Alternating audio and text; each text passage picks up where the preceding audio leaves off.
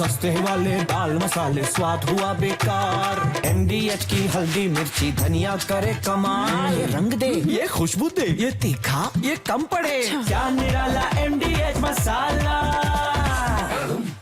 और देखिए, operation true promise 3 का 18वां चरण शुरू हो चुका है। यानी ये हमले बढ़ते ही जा रहे हैं। राजधानी तेल अवीव समेत कई जगहों पर अटैक किया गया है। तो ईरान का यह ऑपरेशन जिसे इजराइल के खिलाफ लॉन्च किया गया, वो अपने अगले चरण में पहुंच चुका है।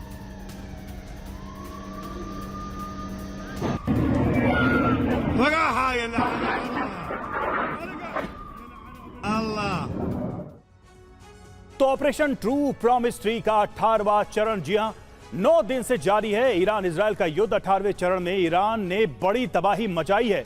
इजराइल में मिसाइल, ड्रोन से कई बड़े हमले किए गए हैं। तेल अवीव समेत कई जगहों पर ये हमले किए गए हैं। कई जगहों पर हमले हुए हैं। हमले में बैलिस्टिक मिसाइल का इस्तेमाल लगातार हो रहा है। ऑपरेशनल सपोर्ट सिस्टम पर बड़ा हमला है। हमले में शाहिद 136 ड्रोन का इस्तेमाल किया जा रहा है और IDF के कमांड सेंटर्स पर भी अटैक किया जा रहा है। और इस वक्त हमारे साथ स्टूडियो में तमाम खास मेहमान जुड़े हुए हैं। परिचय आपका करा दें। सबसे पहले मेजर जनरल SVP सिंह हमारे साथ, रक्षा विशेषज्ञ जुड़े हुए। ब्रिगेडियर संजय खन्ना हमारे साथ स्टूडियो में मौजूद हैं। इस वक्त रक्षा विशेषज्ञ नौसेना अधिकारी डॉक्टर PK घोष हमारे साथ, डिफेंस एक्सपर्ट मौजूद हैं। प्रोफेसर संजय भारद्वाज विदेश मामलों के जानकार हमारे साथ मौजूद है। लेकिन सबसे पहले हम चलेंगे वॉर जोन में, जहां पर मनीष, हमारे सहयोगी मनीष झा इस वक्त जुड़े। मनीष, आज की क्या तस्वीरें और खबरें हैं इजराइल से? और सबसे बड़ी बात की 18वें चरण में भारी तबाही हुई है। ऑपरेशन ट्रू प्रॉमिस 3 के 18th फेज में जबरदस्त डिस्ट्रक्शन इजराइल में हुआ है। उसको लेकर क्या और खबरें वहां से, ग्राउंड से आप हमारे दर्शकों तक पहुंचाना चाहेंगे?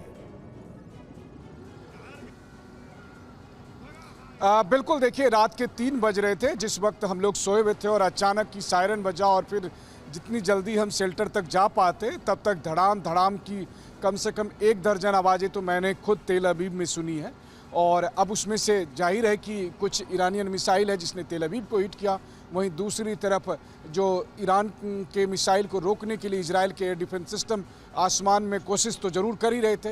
ये बात ज़रूर है कि तेल अवीव से लेकर हाइफा तक हो या फिर बेरशिबा से लेकर किसी दूसरे इलाके तक हो, हर जगह पर ईरान के मिसाइल की धमक दिखाई देती है। तबाही और विध्वंस साफ तौर पर दिखता है।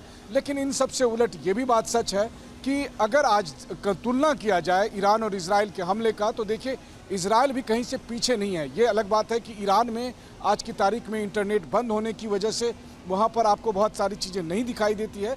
और तेल अवीव या दूसरे शहरों में अगर कहीं पर कुछ ईरानी मिसाइल का अटैक होता है तो हम वहाँ जाते हैं, कैमरे पर उन तस्वीरों को दिखा रहे हैं। और यही इजराइल कह भी रहा है। वो ये कह रहा है कि देखिए, ईरान की इतनी ताकत हो गई है, ईरान की इतनी ताकत है कि वो 2000 किलोमीटर दूर से यहाँ पर बैलिस्टिक मिसाइल्स के जरिए तेल अवीव के बड़े बड़े मल्टी स्टोरी बिल्डिंग से लेकर और IDF के सेंटर तक को टारगेट करने की हिमाकत कर सकता है। तो जरा सोचिए, अगर उसके पास न्यूक्लियर पावर हो जाएगा तो फिर इजराइल छोड़िए, मिडिल ईस्ट में वो कब किसकी सुनेगा।